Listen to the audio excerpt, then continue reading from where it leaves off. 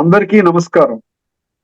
శ్రీమద్ భగవద్గీత ఆధ్యాత్మిక రహస్యాలు శీర్షికలో శ్రీ శ్రీనాథ్ గారు ధారావాహిక ప్రసంగం చేస్తున్నారు. వారి ధారావాహిక ప్రసంగంలో ఈరోజు 149వ ప్రసంగం చేస్తున్నారు. శ్రీ త్రినాథ్ గారికి స్వాగతం. అందరికీ నమస్కారం. శ్రీమద్ భగవద్గీత ఆధ్యాత్మిక రహస్యాలు ఈ కార్యక్రమాన్ని వీక్షిస్తున్నటువంటి సోదర సోదరిమణులందరికీ కూడా నమస్సుమాంజలి అండి. ఈ యొక్క ఆధ్యాత్మిక రహస్యాలు ఒక ముఖ్యమైన విషయాన్ని బహిర్గతపరుస్తున్నాయండి. ఏమిటండి అంటే, వర్తమానంలో మనము ఎక్కువగా వింటున్నటువంటి శబ్దం ఏంటంటే, ఈ కలియుగం యొక్క అంతిమ సమయంలో ప్రతి ఒక్కరూ కూడా టెన్షన్లో ఉన్నారు. టెన్షన్ అంటారు, స్ట్రెస్ అంటారు, ప్రెషర్ అంటారు, ఒత్తిడి అంటారు. చిన్న పిల్లల దగ్గర నుండి ముసలి వాళ్ళ వరకు కూడా ఈ పదం వింటూ ఉంటాం. అర్థమైందండి. అసలు ఎప్పటి నుండి ఉంటుందండి, ఎప్పుడు ప్రారంభం అవుతుందండి, ఎప్పుడు పోతుంది అంటే ఏం చెప్తారు తెలుసునా మీకు? తల్లి గర్భము నుండి, తల్లి యోని నుండి బిడ్డ వచ్చిన పట్టి నుండి, ఆ స్టేజ్ నుండి తల్లికి టెన్షను, బిడ్డకి టెన్షను. అంటే పుట్టినప్పటి నుండి ఉంటుందంట. ఎప్పటిదాకా ఉంటుంది, ఎప్పుడు పోతుంది అంటే చనిపోయిన దాకా ఉంటుంది. దానికే పెద్దవాళ్ళు ఏమన్నారంటే, ఈ టెన్షన్ స్ట్రెస్ అనేది womb, from the womb to the tomb అన్నాడు. From the womb to the tomb. Womb అంటే యోని, టూంబ్ అంటే శ్మశానం. అర్థమైంది. అందుకనే చూసారా, వర్తమానంలో మనకు చాలా మంది మోటివేషనల్ స్పీకర్ అంటారు. మోటివేషనల్ స్పీకర్స్ కొన్ని వందల వేల సంఖ్యలో ఉన్నారు. ఇన్స్పిరేషనల్ స్పీకర్ అంటారు.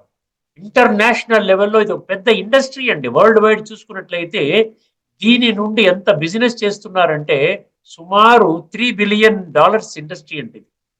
టెన్షన్ ఫ్రీ లైఫ్ నుండి అందరూ కూడా దానికి వెళుతున్నారు. ఆ కోర్స్ టెన్షన్ ఫ్రీ లైఫ్ వచ్చేయండి, మేము చెప్తాం, దానికి యుక్తులు చెప్తాం అంటారు. కానీ ఇక్కడ ఒక్క విషయాన్ని చాలా స్పష్టంగా బుద్ధి నేత్రాన్ని తెరుచుకొని అర్థం చేసుకోవాలండి.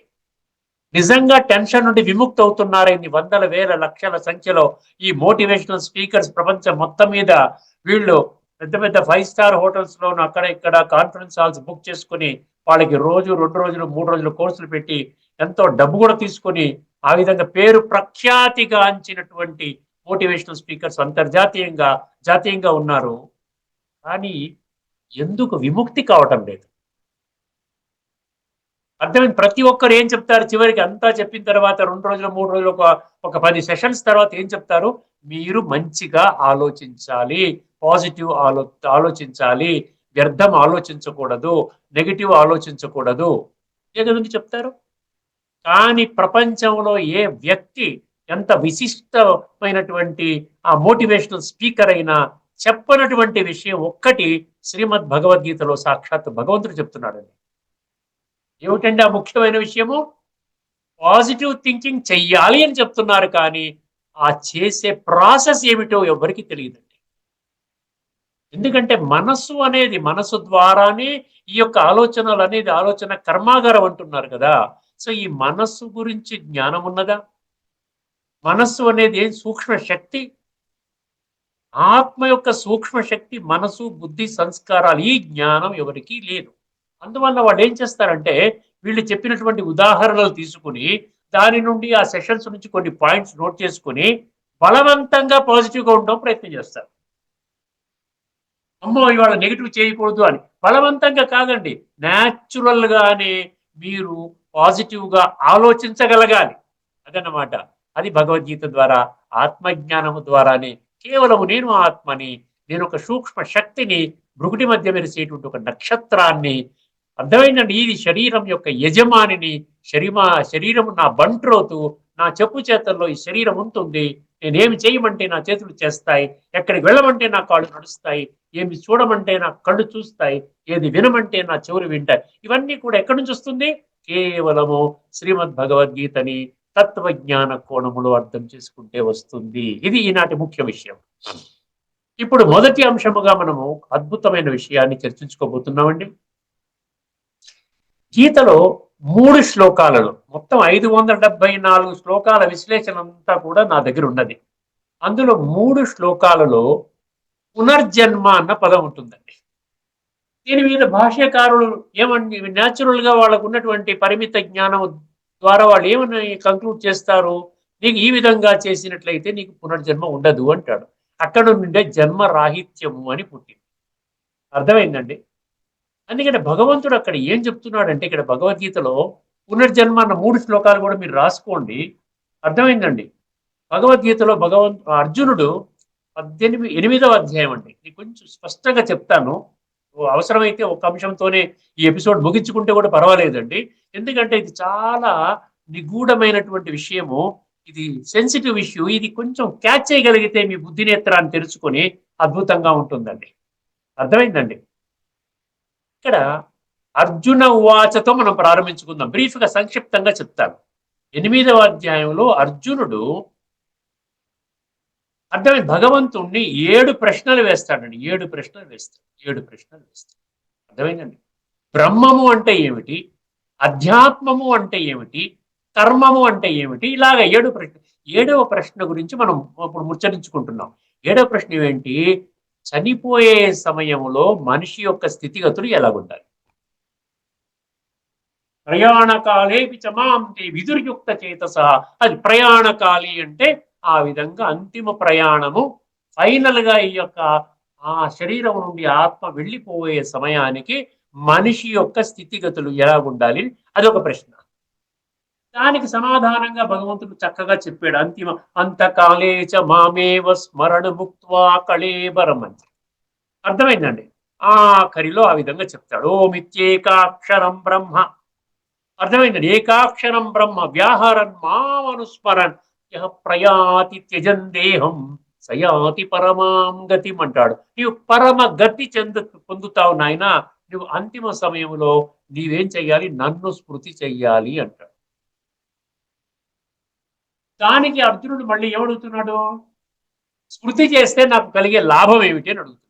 చూడండి ఎంత చక్కగా ఉందో సంవాదం. చూడండి, స్మృతి చేస్తే నాకు కలిగే లాభము ఏమిటి అనే దానికి ఇక్కడ ఈ మూడు శ్లోకాలు అన్నమాట. మీరు రాసుకుంటే రాసుకోవచ్చు. ఇదివరకే మనం చర్చించుకున్నాం 4వ అధ్యాయంలోని 9వ శ్లోకం. జన్మ కర్మ చ మే దివ్యం ఏవం యో వేత్తి తత్వతః. తత్వము ఆధారంగా తెలుసుకుంటే నా యొక్క జన్మ దివ్యము, కర్మ కూడా అలౌకికము, దివ్యము. అర్థమైంది? ఏవం యో వేత్తి తత్వతః త్యక్త్వా దేహం పునర్జన్మ నైతి మామేతి సోర్జున. ఇది కానీ తెలుసుకున్నట్లయితే ఏమిటంటే, ఏం తెలుసుకున్నట్లయితే నా యొక్క జన్మ దివ్యము, నా యొక్క కర్మ దివ్యము అని తెలుసుకున్నట్లయితే దేహాన్ని చాలించిన తర్వాత నీకు పునర్జన్మ ఉండదు. అర్థమైందండి? ఇది అర్జునుడు అడిగిన ప్రశ్నకి ఏంటి, నన్ను తలుసుకో అంతిమ సమయంలో నేను తప్ప ఇంకెవరు గుర్తుకు రాకూడదు అన్న దానికి అర్జునుడి యొక్క భావనని గుర్తించి నీకు ఏమి బెనిఫిట్ ఏమిటి ఆ విధంగా నన్ను తలుచుకుంటే, అప్పుడేం జన్మ కర్మచ మే దివ్యం అని చెప్పుకున్నాం. అది ఇప్పటికే చర్చించుకున్నాం. కావాలంటే ఆ చర్చించినటువంటి ఎపిసోడ్ మరొకసారి వినండి. ఇంకొక శ్లోకంలో ఏం చెప్తున్నాడు, ఇప్పుడు మనం చర్చించుకోబోయే శ్లోకం అన్నమాట. 8వ అధ్యాయము 15వ శ్లోకం. రాసుకునేవాడు రాసుకోవచ్చు. ఇది పునర్జన్మ అనే పదం ఉంది. అది మనం చర్చించుకోబోతున్నాము. దాని కాకుండా 3వ శ్లోకం కూడా నేను గమనించాను. దాని తదుపరి శ్లోకం 8వ అధ్యాయంలోని 16వ శ్లోకం. అర్థమైందండి? 8వ అధ్యాయంలో 16వ శ్లోకం ఒకసారి గమనించినట్లయితే ఆ బ్రహ్మ భువనాల్లోక. అర్థమైందండి? ఆ బ్రహ్మ భువనాల్లోక పునరావృత్తి నోర్జున.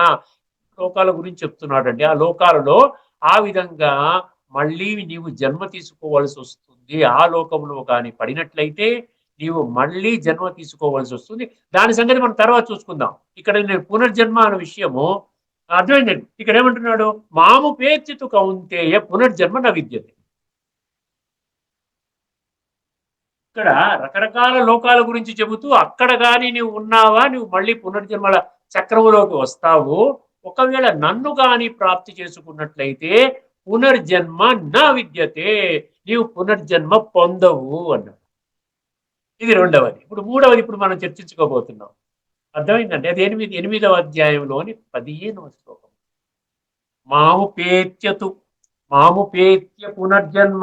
మాం ఉపేత్య అంటే మాం అంటే నన్ను, భగవంతుడినైన నన్ను, ఉపేత్య అంటే పొందడం, అట్టైనింగ్ గాడ్ అనమాట, ప్రాప్తి చేసుకోవడం అన్నమాట.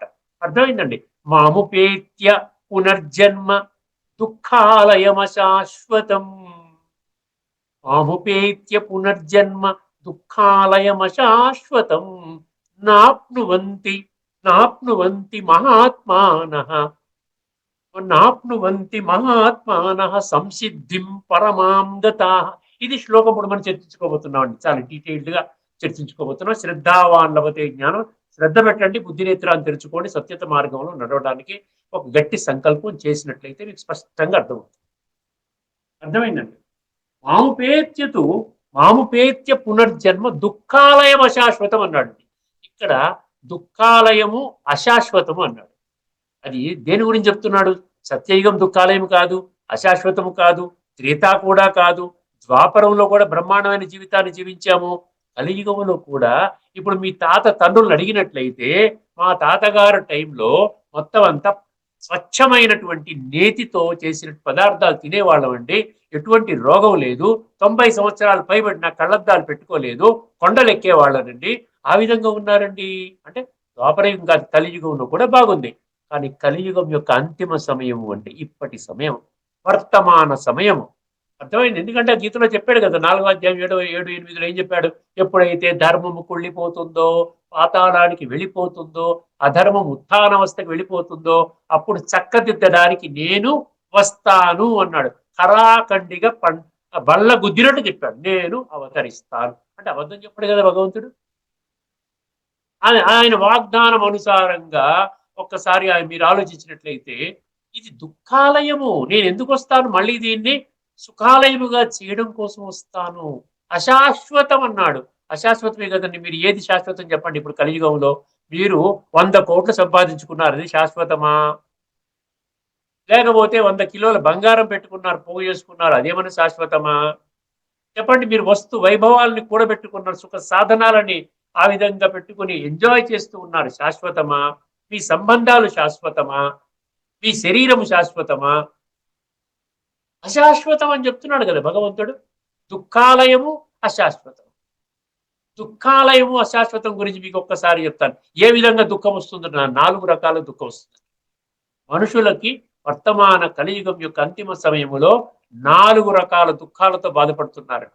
అర్థమైందన్నది జస్ట్ ఊరికే మీకు అది జ్ఞానం యొక్క నిర్వచనములో ఒక 20 లక్షణాలని భగవంతుడు 13వ అధ్యాయంలోని 7వ శ్లోకం నుండి 7, 8, 9, 10, 11, ఒకవేళ అందులో 35 శ్లోకాలు ఉంటే 8, 9, 10, 11, 12 ఈ విధంగా మీకు ఆ జ్ఞానం యొక్క 20 లక్షణాలలో అందులో 7వ అధ్యాయం 13వ అధ్యాయంలోని 2వ శ్లోకం, నేను చెప్పే 5 శ్లోకాల్లో 2వ దాంట్లో అంటే 13వ అధ్యాయంలోని 8 కానీ 9 కానీ ఆ శ్లోకంలో ఒక్కసారి జాగ్రత్తగా వినండి. మనిషి, సగటు మనిషి 4 రకాల దుఃఖాలతో బాధపడుతున్నాడు.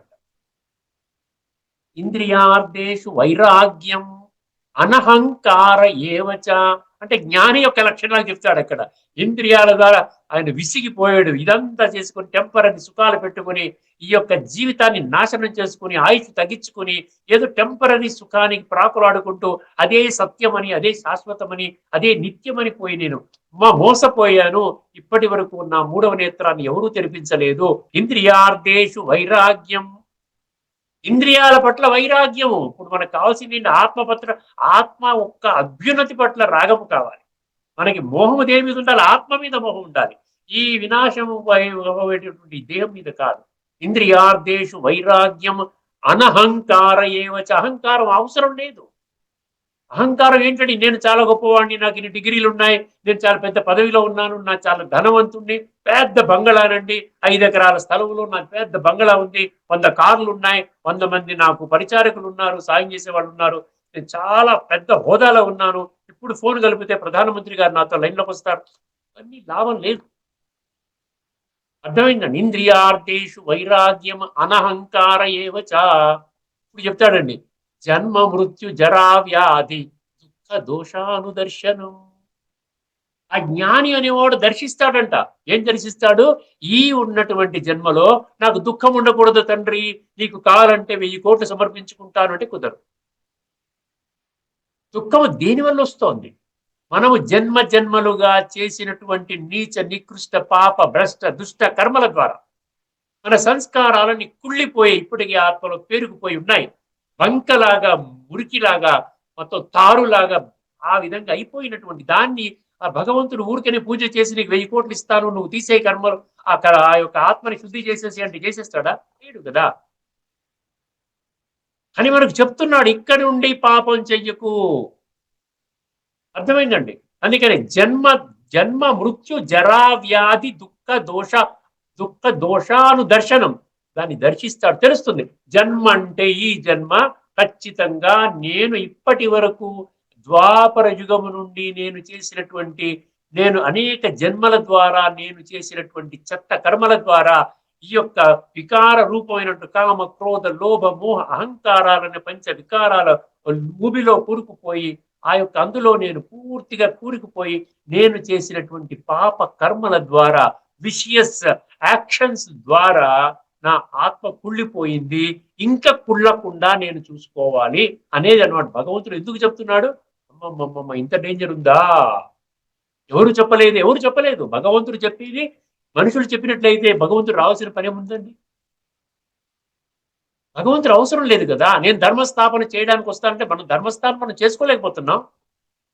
ఇంత గొప్ప విధంగా కార్యక్రమాలు జరుగుతున్నా కూడా అధర్మం పెరుగుతుంది, కానీ అధర్మం పెరుగుతుంది, ధర్మం పడిపోతోంది. మనిషి రోజు రోజుకి దిగజారిపోతున్నాడని మనమే అంటున్నాం. ప్రపంచం అంతా కుళ్ళిపోయిందండి. భగవంతుడే వచ్చి దీనిని ఈ విధంగా బాగు చేయాలి, కానీ ఏ మనిషి ద్వారా బాగయ్యేటువంటి స్థితి కాదని మనమే అంటున్నాం కదా. జన్మ మృత్యు అంటే మృత్యుప్పుడు కూడా బాధపడతాం కదా.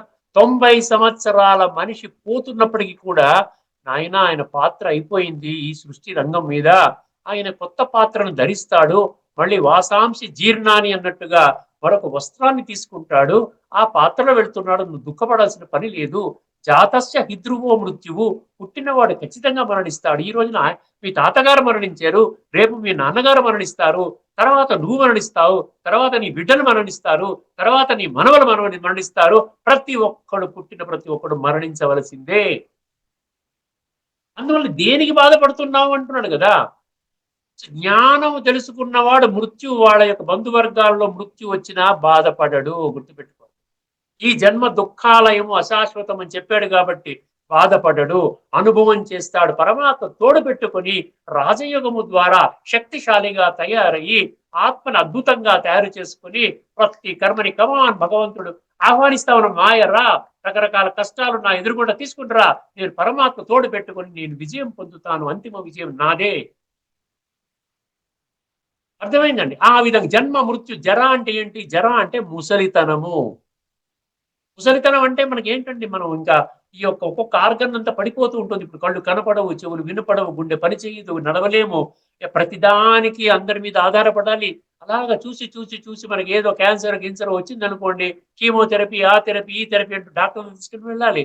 వాళ్ళంతా మనకంటే తక్కువ వయసు ఉన్నవాళ్ళు, మన బిడ్డలు కానీ మన మనవలు కానీ, వాళ్ళు ఏమనుకుంటారు, అబ్బా రోజు నేను తీసుకెళ్ళాలా ఈయనని, ఎంతకాలం అండి ఇది, పోతేనే బాగుండు అనుకుంటారు, మనసులో అనుకుంటారు, బయటకు అనకపోయినా.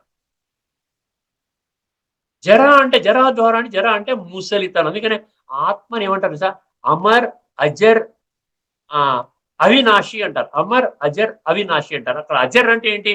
ముసలితనము లేదు ఆత్మకి, అది ఎప్పటికీ ఉంటుంది.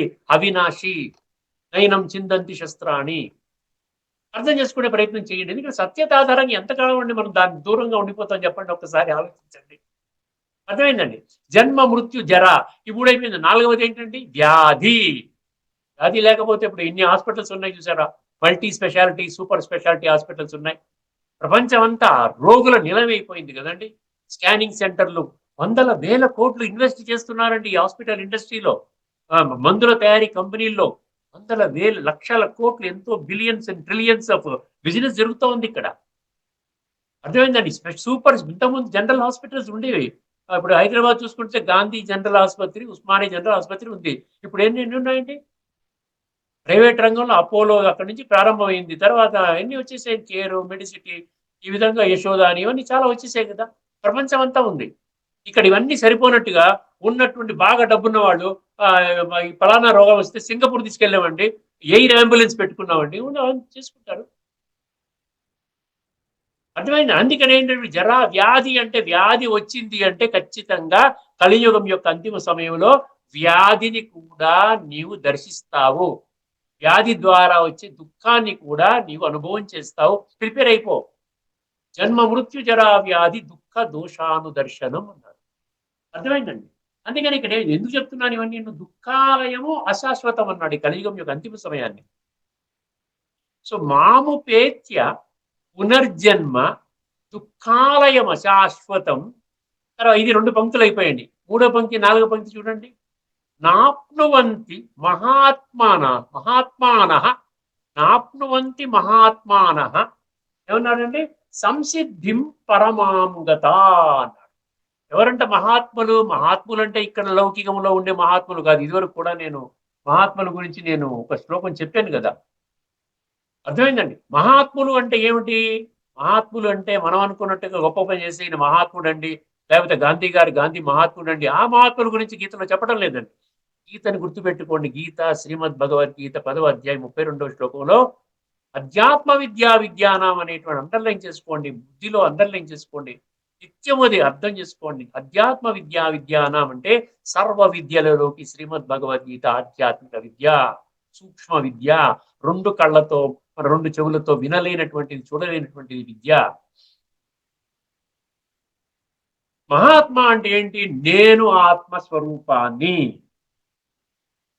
నేను సత్యత ఆధారంగా జీవితాన్ని మలచుకోవడానికి సిద్ధపడిన వాడిని, నేను ఎప్పటి నుండో వెతుకుతున్నటువంటి ఒక అద్భుతమైనటువంటి ఆధ్యాత్మిక సామ్రాజ్యంలో నేను ప్రవేశించాను, ఇంకక్కడ నుండి నేను బయటికి రాను, నేను ఆత్మని, నేను ఆత్మని, దివ్యమైనటువంటి ఆత్మ అంటే దివ్య గుణాలతో సంపన్నమైనటువంటి ఆత్మని, దివ్య శక్తులతో సంపన్నమైనటువంటి ఆత్మని, నేను ఈ యొక్క శరీరం యొక్క అధినేతని, యజమానిని, ఈ శరీరము నాకు బంట్రోతు, నేను చెప్పినట్టుగా ఈ ఇంద్రియాలతో, ఈ పంచ ఇంద్రియాలు, పంచ కర్మేంద్రియాలు, ఈ యొక్క మనసు, బుద్ధి, శరీరం యొక్క అంగాలు ఇవన్నీ నా అదుపాజ్ఞలో పనిచేస్తాయి, పని చెయ్యాలి. ఆ విధంగా శక్తి నాకు ఎక్కడి నుండి వస్తుంది? రాజయోగం అనే ఆ ప్రక్రియ ద్వారా పరమాత్మ నుండి నాకు ఈ శక్తులు, యుక్తులు ఇప్పుడు వర్తమాన సమయంలో భగవంతుడు మనందరికి పంచుతున్నాడు ఈ రాజయోగం అనే ప్రక్రియ ద్వారా. అటువంటి ఆ విధంగా పరమ సిద్ధిని పొందిన మహాత్ముల గురించి చెప్తున్నాడండి. పరమసిద్ధి సిద్ధిం ఏమన్నాడు? సంసిద్ధిం పరమాం గత అన్నాడు. గత అంటే పొందిన, పరమాం అంటే సుప్రీం, సిద్ధిం అంటే పర్ఫెక్షన్. పర్ఫెక్షన్ అంటే ఏంటి? ఇంకా దానిలో హైయెస్ట్ స్టేట్కి చేరుకున్నవాడు అనమాట. అంటే ఆత్మని అర్థం చేసుకున్నాడు, ఆత్మ యొక్క ఉనికిని కనిపెట్టాడు, ఆత్మ యొక్క ప్రాప్తి అంటే తర్వాత ఆత్మ యొక్క అనుభూతిలోకి వెళ్ళాడు, ఆత్మని నిత్యం అనుభవం చేస్తున్నాడు, ఆత్మలో ఉన్న దివ్య గుణాలు, శక్తులను అనుభవం చేస్తున్నాడు అనమాట. ఆ విధంగా ఎప్పుడైతే మీరు ఆత్మ అనుభవం చేస్తారో గుర్తుపెట్టుకోండి, పరమాత్మ గురించి ప్రత్యేకంగా ప్రయత్నం చేయక్కర్లే, దానికోసం పురుషార్థం చేయగలరు. మీరు చేయవలసిన పురుషార్థం వల్ల ఆత్మ యొక్క ఉనికిని కనిపెట్టడానికి, ఆత్మ యొక్క అనుభూతిని పొందే దశకు రావడం వరకు అభ్యాస యోగ యుక్తేన చేతసానాన్యగామిన అన్నాడు కదా 8వ అధ్యాయంలోని 8వ శ్లోకంలో. ఒక్కసారి చాలా తీవ్రమైన విషయం అండి. అందుకని నేను చాలా డీటెయిల్డ్ గా చర్చిస్తున్నాను, రకరకాల కోణాల్లో మీకు చెప్తున్నాను, వివిధ శ్లోకాలను కూడా ఉటంకిస్తూ ఉన్నాను. అర్థమైందండి. అందుకని భగవంతుడికి ఏమంటున్నాడు? హయ్యెస్ట్ సిద్ధి పొందిన మహాత్ముడి యొక్క లక్షణాలు ఏం చెప్తున్నాడు? ఏమండి? నాప్నువంతి మహాత్మాన సంసిద్ధిం పరమాం గత. అటువంటి వాడు మళ్ళీ ఈ దుఃఖాలయము, అశాశ్వతము అయినటువంటి ఈ కుడు లోకములో జన్మించడు. జనన మరణ చక్రం నుండి బయటకు వస్తున్నాడు అనేది భాష్యకారులు రాశారు. అందులో తప్పు లేదు, ఎందుకంటే వాళ్ళకి అర్థమైనంత వరకే రాశారు. కానీ ఇప్పుడు భగవంతుడు ఏం చెప్తున్నాడు? కలియుగం యొక్క అంతిమ సమయం దుఃఖాలయము, అశాశ్వతము. మళ్ళీ అక్కడ వెంటనే జన్మ తీసుకోడు. ఎందుకంటే ఆయన సంసిద్ధిం పరమాం గత, హయ్యెస్ట్ సిద్ధిని పొందాడు కదా. హయ్యెస్ట్ సిద్ధిని పొందిన వాడు ఎట్లా ఉంటాడు? వాడికి మళ్ళీ కుడి లోకంలో పెడతాడా భగవంతుడు? కాలచక్రములో ఇప్పుడు ఈ సంగమ యుగములో ఆత్మ పరమాత్మ సంగమించేటువంటి సంధి యుగము, ఈ యుగములో పరమాత్మ నుండి శక్తులు, గుణాలు తీసుకుని హయ్యెస్ట్ ప్రాప్తి చెందిన వాడికి ఎక్కడికి వెళ్తాడు? ముందుగా పరంధామము అంటే ఆత్మల లోకానికి వెళతాడు. అక్కడ నుండి తన ప్రయాణము నూతన కాలచక్రం ఏదైతే ఉందో సత్యయుగముతో ప్రారంభమవుతుందో అక్కడ జన్మ తీసుకుంటాడు.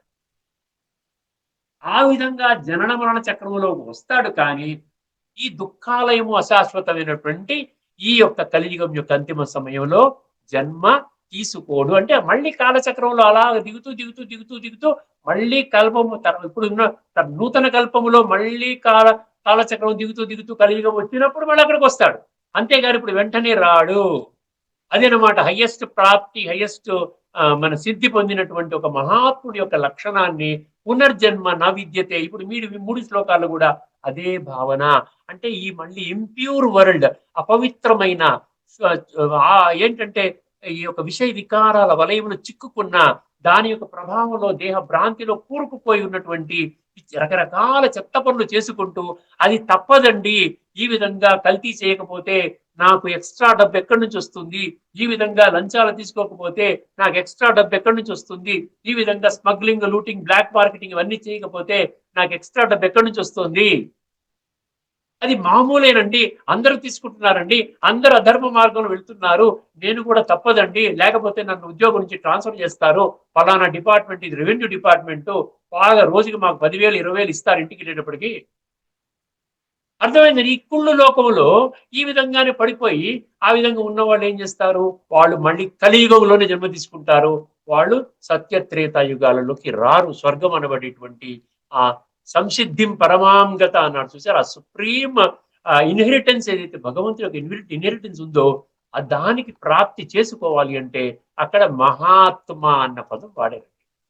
అర్థమైందండి. ఈ యొక్క శ్లోకంతోనే ఈ ఎపిసోడ్ మనం ముగించుకుందామండి. మనకున్నటువంటి సమయాన్ని దృష్టిలో పెట్టుకొని తదుపరి ఎపిసోడ్ లో నేనేం చేస్తానంటే ఒకే ఒక్క అంశాన్ని నేను డిస్కస్ చేస్తాను.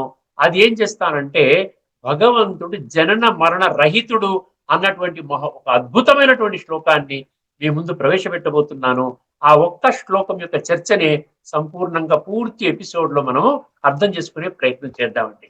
ఇప్పుడు భగవంతుడి భగవద్గీతలో 8వ అధ్యాయం 15వ శ్లోకంలో ఏం చెప్పడం జరిగిందో ఒక్కసారి అది చెప్పుకొని ఈ యొక్క ఎపిసోడ్ ని మనం ముగించుకుందాము.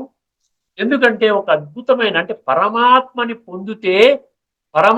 పొందితే నాకు కలిగే లాభం ఏమిటి అన్న అర్జునుడి ప్రశ్నకండి భగవంతుడు ఈ శ్లోకాల ద్వారా, నాయనా నువ్వు ఒక మహాత్ముడి యొక్క స్టేజ్కి వెళతావు, ఆ హయ్యెస్ట్ ప్రాప్తి పొందుతావు, నా ఒడిలోకి వస్తావు, నన్ను ప్రాప్తి చేసుకుంటావు, తర్వాత నేను చక్కగా నిన్ను ఆత్మల లోకానికి తీసుకుని వెళ్ళి అక్కడ కాసేపు నీకు విశ్రాంతిని ప్రసాదించి తదుపరి నూతన కల్పం ప్రారంభమైనప్పుడు నీకు అక్కడ శ్రేష్టమైనటువంటి జన్మలు నేను కల్పిస్తాను, అంత అద్భుతమైన ప్రాప్తి పొందుతావు నాయన, అంతేకాని ఈ కుళ్ళు లోకంలో నీవు పునర్జన్మను పొందవు.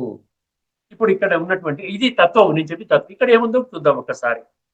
ఆవు పేర్చ పునర్జన్మ. ఓకే, పరమ సిద్ధిని పొందిన మహాత్ములు. నేను 2 లైన్లు చాలా సింపుల్ గా చెప్పాను, మీకు ఈజీగా అర్థమవుతుంది. పరమ సిద్ధిని పొందిన మహాత్ములు, సిద్ధి అంటే పర్ఫెక్షన్ అండి, హైయెస్ట్ ప్రాప్తి అనమాట.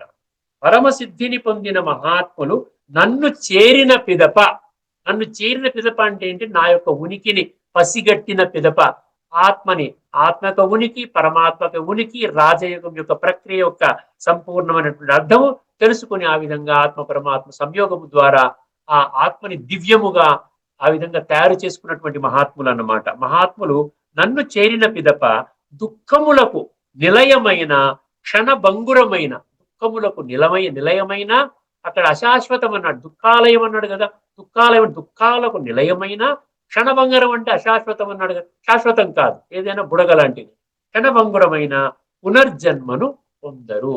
ఇక్కడితో ఈ చర్చను మనం ముగించుకుందామండి. తదుపరి ఎపిసోడ్ లో ఒక అద్భుతమైన శ్లోకంతో భగవంతుడు ఒక్కరే జనన మరణ రహితుడు అన్న అంశంపై మనము పూర్తిగా ఎపిసోడ్ మొత్తం చర్చించుకోబోతున్నామండి. అంతవరకు సెలవు. లోకా సమస్తా సుఖినో భవంతు. ఓం శాంతి. భగవద్గీత ఆధ్యాత్మిక రహస్యాలు శీర్షిక ద్వారా శ్రీ త్రినాథ్ గారు జనన మరణ రహిత తత్వాన్ని గురించి, ఆ తాత్విక రహస్యాలను గురించి చర్చించారు. వారికి ధన్యవాదాలు.